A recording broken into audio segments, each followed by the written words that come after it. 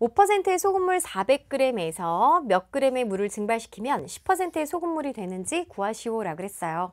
소금물에 대한 문제는 우리 친구들이 그림을 그리면 굉장히 편하게 생각할 수 있습니다. 좀 더 이제 내용 이해가 잘 되는데요. 자, 소금물 이 비커에 들었다라고 해보죠.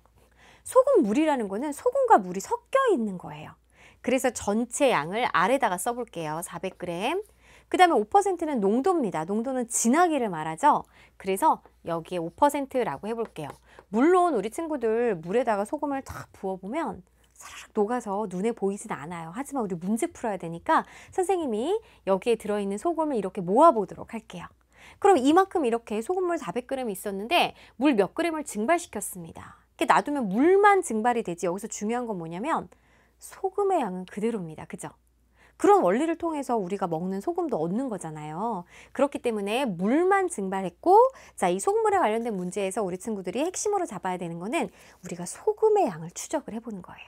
자, 증발된 만큼 물이 줄어들 거니까 증발한 물을 선생님이 이렇게 그려볼게요.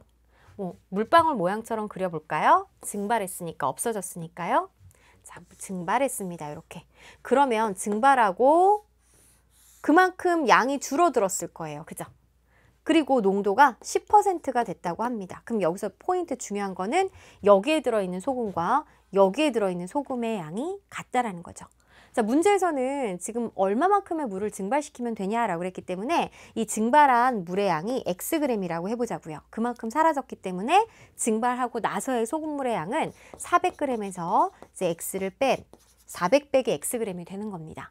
자, 선생님이 뭐라 그랬죠? 소금의 양을 추적하자라고 그랬어요. 그럼 여기에 있는 이 소금의 양은 400g을 100%로 봤을 때 5%의 비율로 들어가 있다라는 거죠. 그래서 400 곱하기 100분의 5를 계산하면 됩니다. 그럼 여기 약분하면 4, 5, 20g이 들어가 있는 거예요. 그죠? 여기에 이제 20g이 들어가 있고, 그 다음에 증발하고 나서도 똑같이 여기도 20g이 들어가 있는 겁니다. 그럼 이제 식을 어떻게 세워야 되느냐?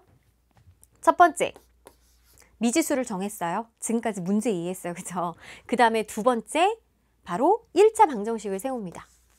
자, 소금의 양이 20g이 나왔다라는 계산은, 자, 어떻게 해요? 400 빼기 x 곱하기 100분의 10이 20이다 라고 해도 되고요. 농도 10%가 나오는 식을 써도 상관없어요. 자, 400 빼기 x분의 20, 그 다음에 곱하기 100이 10이다. 이렇게. 우리 친구 어차피 3박자가 다 식으로 세워졌기 때문에 편한 식 선택해주면 되겠습니다. 선생님은 뭐 소금의 양? 이걸로 한번 해볼까요? 그러면 400 빼기 x에다가 곱하기 100분의 뭐를? 그 중에 이제 10% 얘가 소금의 양 20이야. 이렇게 세우는 거죠. 그러면 양변에다 이 분모가 이렇게 있으니까 얘는 10분의 1이잖아요. 10을 곱해 볼게요. 자, 요거는 이제 10분의 1로 약분이 되고 10을 곱하면 좌변은 400 빼기 x고요. 그 다음에 우변은 20에다 10을 곱해 주니까 200이 되겠습니다.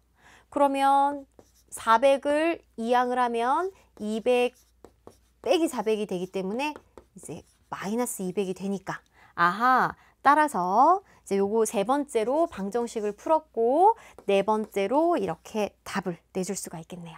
마이너스 x가 마이너스 200이니 x는 이제 200g, 즉 200g의 물을 증발시켰어요 라는 걸 알 수가 있겠죠?